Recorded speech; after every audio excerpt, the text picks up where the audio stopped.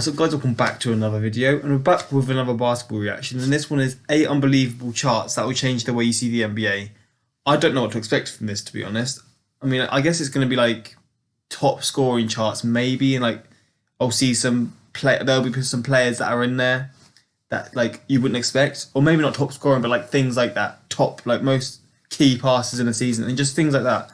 But I don't really know what to expect from this. But you guys seem to want it, and in my latest post on my I didn't post a video yesterday, but I posted I basically said the two most comments under this will be the reactions that I do tomorrow, and yeah, this was the most liked one, and yeah, I'm just interested to see what it's about because I have seen this video pop up in my suggested quite a few times. I've never actually thought to click it because I didn't really understand what it meant, but you guys clearly want it, and I'm just excited to see, man, because if you guys want something, it's obviously going to be an interesting video to see, especially for someone who's new to the sport. But yeah, man, let's just get into it. I didn't post yesterday, but I'm back on the grind. And yeah, man, I'm really, really ready for this. I'm interested to see what it's about. You know, James Harden is often criticized for his flopping and how frequently he ends up at the free throw line. As a former MVP, some NBA fans feel that he gets calls that other players simply would never get. And, well, they're right. Here's a chart listing NBA guards that racked up the most free throw attempts last season. For the most part, they're all floating somewhere between 415 and 450. Lillard is miles ahead. These players are guys like Westbrook, Beal, DeRozan, explosive guys that can get to the rim. Go up the list and you'll find Lou Williams. Damian Lillard amassed 500 free throws last season. But completely isolated in a God. league of his own is James Harden. What? Yo, wait, what? He's like 350 head, bro. What? With 850. That is insane. 345 free throw attempts more than the next guard. This is ridiculous. And a chart like this really displays just how ridiculous this is. That is nuts. He's basically double. So this is the top 10, yeah? He's basically double 10th, like the person who's 10th.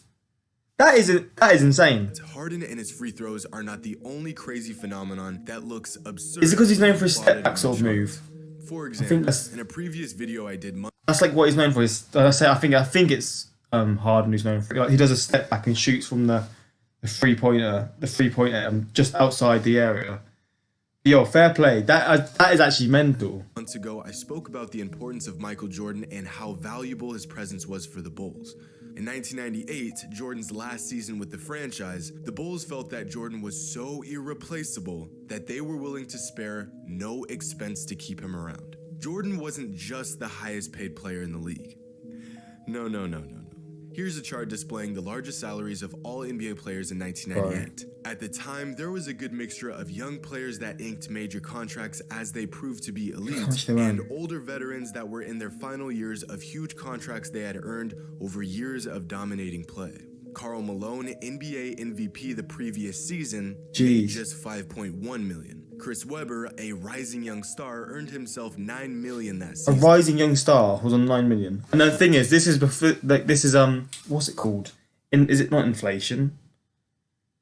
Is it inflation? No, that's not the word. Because obviously, nowadays, this would probably be 15 million or 25. I'm not too sure. Not inflation. Oh, mate. I'm gonna look so dumb. You guys know what I mean. When obviously the prices of things goes up over the time, or money in general just sort of goes up. What is the word I'm looking for? But yeah, so that nowadays this is going to be even crazier. Shaq, 1 year into his stretch, Shaq's raked in $12.3 million in 1998, and Patrick Ewing signed one of the largest contracts in all of sports at the time, with $20 million over 20 years ago. That is mad. Clearly, none of these teams felt their star player was as valuable as MJ, since the Bulls paid him by far the largest chunk of money in sports history. Bro! $33.1 million for one season. What? In 1998, MJ's salary was 22% more than the salary cap for an entire team. If you adjust MJ's... That is insane. So how do they get around that then? Because if there's a salary cap for a whole team, how has he got? That's just including wage? Is that including endorsements? Like this is Salary that season to 2019 numbers, Michael Jordan would have made about $125 million last season alone. just from a To put contract. this into perspective, Kevin Durant and James Harden both had salaries of $30 million last season. $3 million less than MJ had in 1998. That is Speaking insane. of Durant and Harden, their former teammate Russell Westbrook has spent the last 3 seasons accomplishing a feat that was once considered nearly impossible. Back-to-back-to-back seasons averaging a triple-double. In 2017, when Westbrook pulled this off for the first time, it was absolutely unbelievable and it earned him a league MVP. The second Wow. time he did it, apparently it was less impressive, and the third time he did it this past season, he finished 10th in MVP voting. 10th.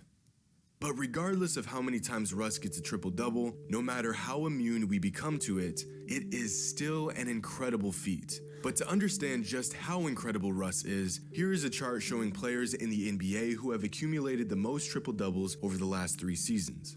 Even the most elite all-around players struggle to get more than 5. What I'm noticing from this one is that this is a lot lower, so this is a much rarer thing to happen. Like Giannis is on 9 and he's an absolute, like, he's insane. Over a 3-year stretch. Kevin Durant has 5, Giannis has racked up 9. Only 4 players have 3-year managed stretch. to get in the Am I hearing that right? last 3 seasons. Even the most elite all-around players struggle to get more than 5 over a 3-year stretch. Kevin Durant has 5, Giannis has racked up 9. God. Only 4 players have managed to get in the double digits. This video is crazy, Jokic bro. is the only center on this list with 28, and LeBron James is above 39. him with 39. But if I told you Westbrook was the king of the triple-double, it would be a vast understatement. With more than the next 3 players combined, Russ has notched No. 101 triple-doubles in the last 3 seasons. What? You are looking at possibly the largest gap of any How statistic is that in the even- modern NBA.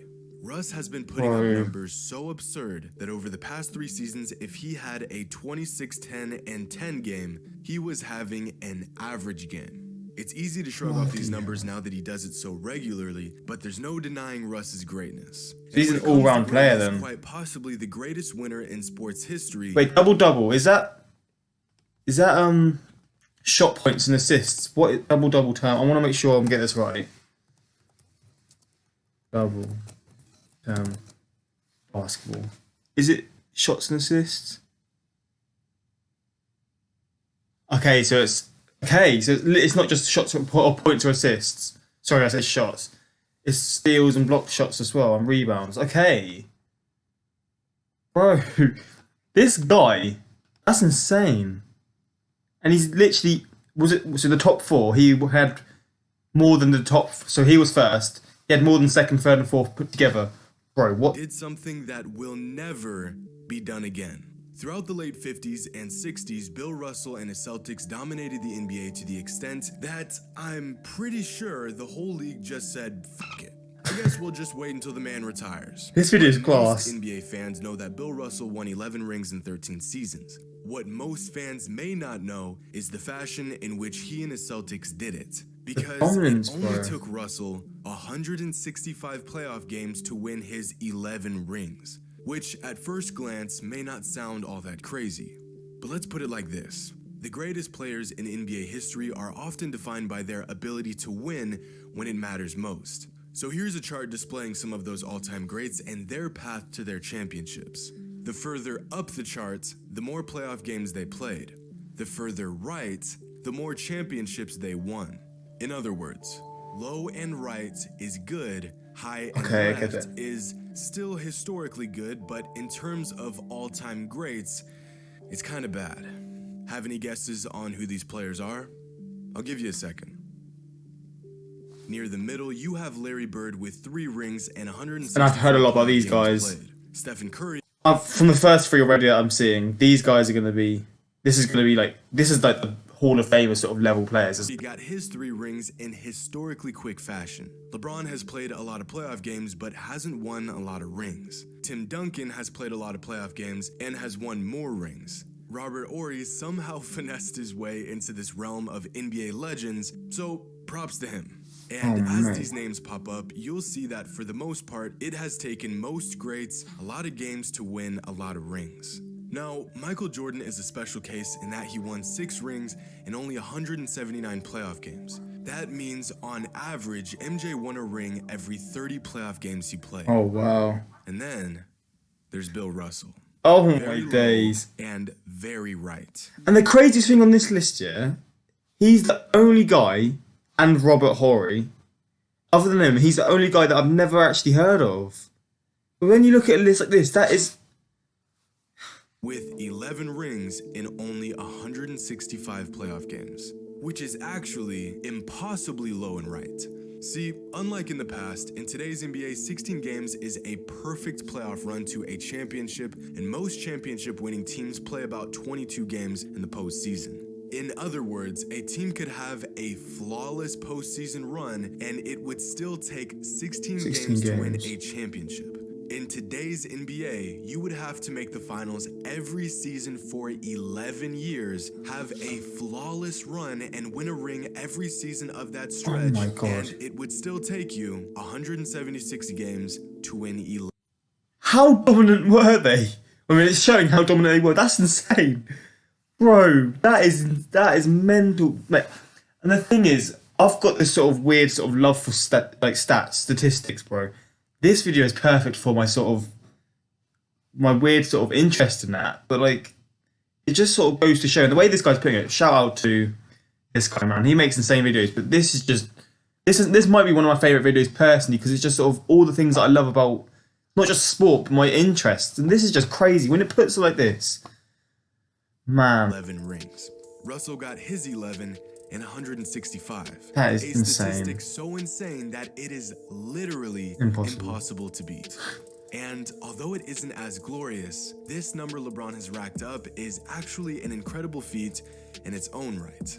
Because of all active NBA players, no one comes even close to LeBron in terms of playoff experience. See, 239 playoff games may not sound like a ridiculous amount. To me, it does. Until you consider the fact that Andre Iguodala has the second most playoff games played of all active NBA players, and he has played in just 145. In fact, as you work your way down this chart, you'll realize that even the most vetted players in the league have nowhere near as many playoff games as LeBron. I mean, for crying out loud, Vince Carter, a man that has been in the NBA for 236 years, has played a mere 88 playoff games. 236 years. Roster from last season can be found on this list with over 100. That's crazy. There are only 9 current NBA players with more than 100 playoff games played, and those Warriors account for 5 of them. Bro, what do you reckon he could reach? Do you reckon he could reach 300? Because I know James he's one of the oldest or more experienced players. How long do you reckon he's got left? How many years do you reckon he's got left in his career? And do you reckon it would be possible for him to reach 300? Because if he does, that is insane. List, they have a long way before approaching LeBron, who still has years of NBA basketball ahead of him. Okay, fair enough. And all of those playoff games would possibly explain this. This is a different chart. I know. Looks similar to the last one, only this time we are looking at total playoff points of all active NBA players, and this time the margin between LeBron and everyone else is even larger. This is disgusting. What? You can look at this all you want, but it's difficult days. to really grasp the information you're looking at Bro. until you look at this. I like charts. Charts are good.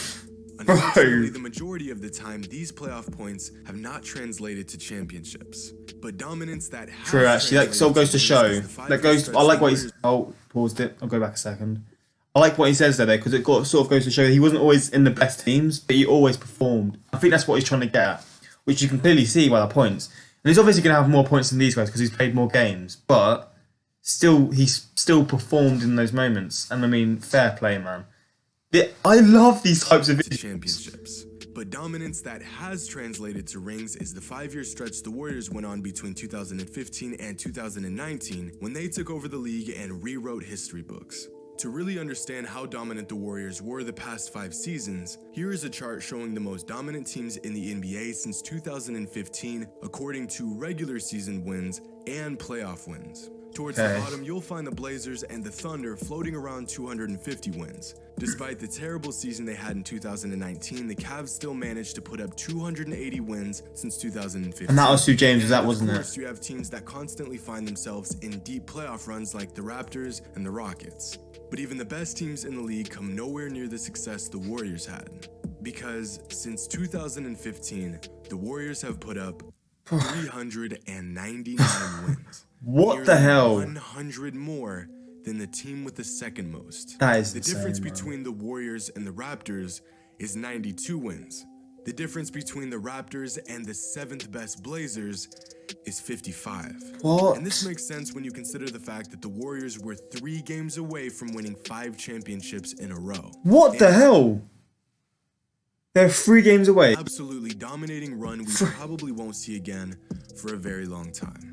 Lately, the Dwight Howard hate has been vicious and unrelenting. This is a You can't class help video. but to just feel bad for the guy. And quite frankly, I'm getting sick of it. The Dwight Howard disrespect must come to an end. If you started watching the NBA in the last 5 years, you probably know Dwight Howard as a soft, talented, but compromised big man who has more talk surrounding him off the court than he does on it. But a decade ago, Dwight Howard was a monster. If you didn't get the privilege of watching this man in his prime, do yourself a favor and YouTube it. Mans would give you 20 and 14 a night while being by far the best defensive player in the league. And for a moment, but just a moment, he even resembled a young Shaquille O'Neal. Oh, In jeez. fact, Dwight Howard has accomplished a feat so incredible, you have to see it to believe it. He was a dominant type Here's of a player chart then. of current NBA players with the most 2020 games. Gee, Dominant big man- 2020. So this is like next level then. This is like stupid level games, right? Is this in their whole career, or is this in like a season? Let's go back. NBA players with the most 2020 games. Dominant big men who can give you buckets and boards. Towards the bottom, you'll see young players like Jokic and Embiid. Anthony Davis and Nikola Vucevic lie towards the middle of the pack with 7 each. Only 7 players have managed to reach double-digit 2020 games in their career, including a still very young Karl Anthony Towns.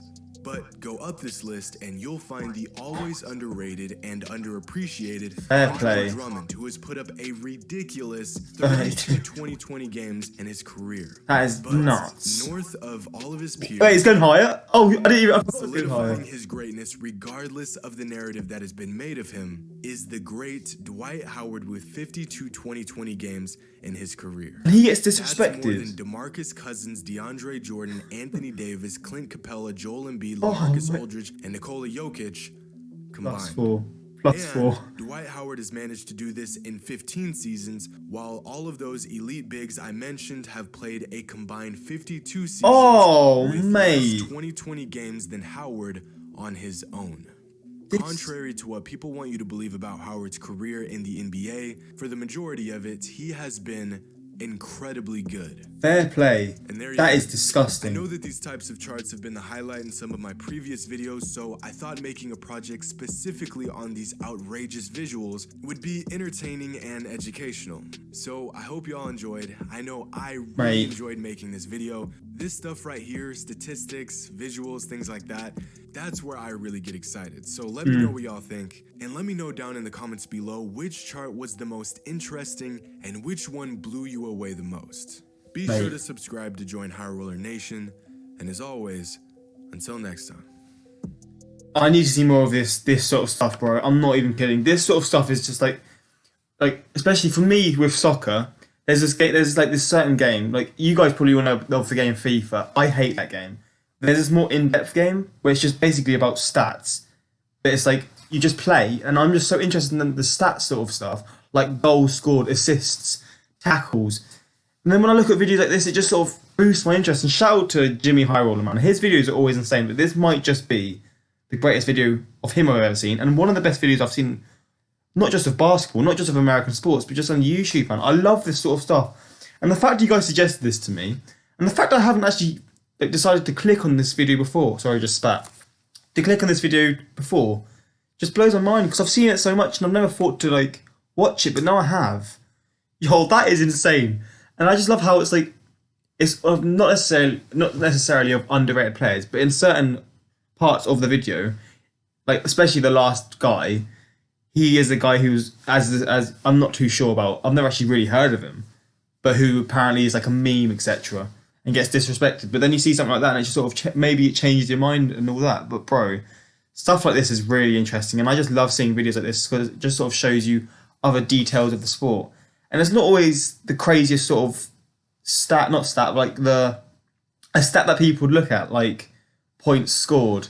It's like sort of unique things that you would never sort of choose to like, look at, but then you look at it and it's like, wow, this is nuts, bro. And it also shows you like how people specialize in different things that maybe you don't think are so important, but then you look at it and it's like, okay, fair enough. But yeah, man, I love this sort of stuff, and I really, really appreciate you guys suggesting this video because I just want to see more of this stuff, to be honest, and I hope there is more that I can see because this is something different, man, and I love it. But yeah, hopefully you guys enjoyed, and until next time, like, subscribe, and peace.